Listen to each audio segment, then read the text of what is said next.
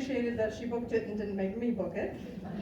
But what I want to say right now is, last night I had a dream that was just this. It feels exactly the same. It's kind of terrifying. But there's one difference. Tonight I am fully clothed.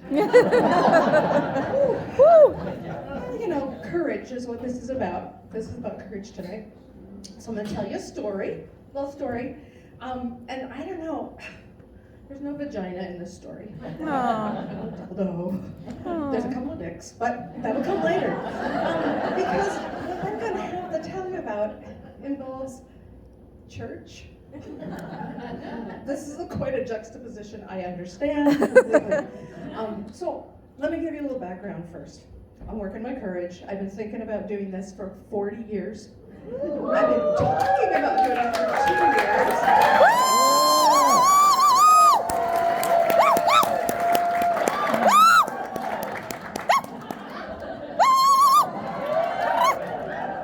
Okay, and I'm done. So, a lot of courage. But this story also involves courage and kind of bravery and the church. Because my background is I'm like a musical comedy theater kind of person, a singer, but I'm also a piano player. And to afford my habit of doing theater, I played for churches. I had a lot of gigs playing for churches. So years, I started when I was like 20. So I've been playing for churches. I know how the church works. I know how the services work. I played for Baptists. I played for Lutherans. I played for Catholics. The whole schmear. But for all you recovering Catholics, I think you'll like this. This takes place in a Catholic church, and I hate to be a downer. This is a funeral vigil. And for those of you who don't know, a funeral vigil is the evening before the funeral is when this occurs. And this is the service. You know, everybody's got a lot of emotions around all events in the church and emotions about the church. But come to a funeral, like nobody wants to be there. You want to be at a wedding, you want to be at a baptism, you want to be at a funeral. So it's an emotional time, fair enough. So this funeral vigil, like all the others, it has this one moment where the priest will invite the family and the friends gathered to speak of their loved one. And it's a wonderful time for people that want to come up and do that. A lot of times everybody's like, can we just move along? Or they ask one member of the family, would go and say something. So one member says something. It's always different. These days now they kind of run a video. So everybody has a different way of doing that. No problem, no problem. But for tonight, I want to give you the whole image. You are now the church, okay? This is the congregation, and it's a big family, big Catholic family has gathered. I'm going to change everybody's name to protect the innocent.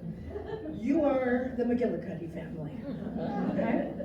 And I am me, playing the piano. I'm by Janet. She is our choir director, and we do a lot of eyeball with the priest to make sure when we bring the music in, take the music out, that kind of thing. At the altar is Father Tim. We'll call him Father Tim. And right in front of Father Tim, just off of the altar, is Grandpa McGillicuddy in his casket. Okay? Here's the aisle of the church. That's the exit. That's the altar. Good? We're good. You're McGillicuddy's now. Welcome. So I'm playing. I'm doing my thing. The church service starts. There's music, prayers, a little scripture, like you'd expect. And then Father Tim comes to the edge of the altar, and he's like, well, would anyone like to speak? So Janet and I kind of, okay, it's going to be that part.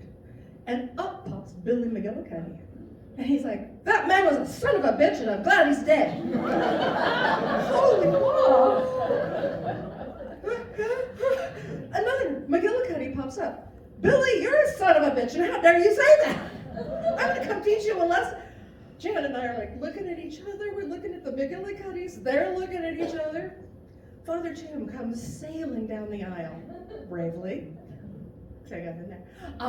And he's like, gentlemen, can we take this outside? And they're going at it. I can't believe you son of a... And on and on and on. In the church, holy place. He ushers them out the door, and it's like World War III or something going on. It closes the doors, and the fight continues in the church. And it occurs to us that microphone on the father is still on. Oh no. So we're sitting here being sort of petrified, and about the same time it occurs to Father Tim, click. Then we hear, now,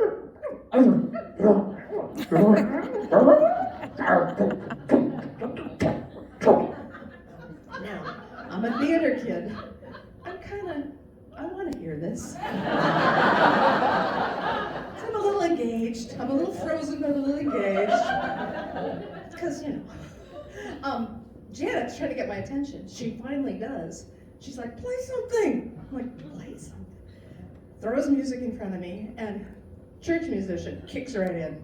Amazing grace, how sweet the sound that saved a wretch like me. Well, all of a sudden, the door opens. Two quiet miscreants and the father come in, and he seats them.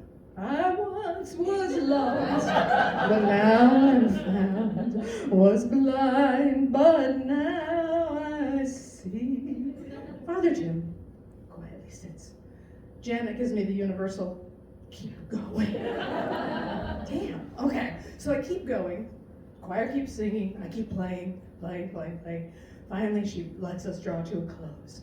We have a beautiful, lovely diminuendo. All is quiet. Father Tim just sits there.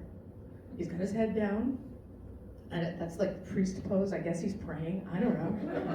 I'm waiting. We're waiting. The Gillicuddies are waiting. It's really quiet. Really quiet. There are no children, no little peeps, no sniffles. Father Tim finally rises up. He comes to the edge of the altar. He stands before the McGillicuddies. He observes them carefully, kindly, slowly, and then he says, would anyone else like to speak? Thank you.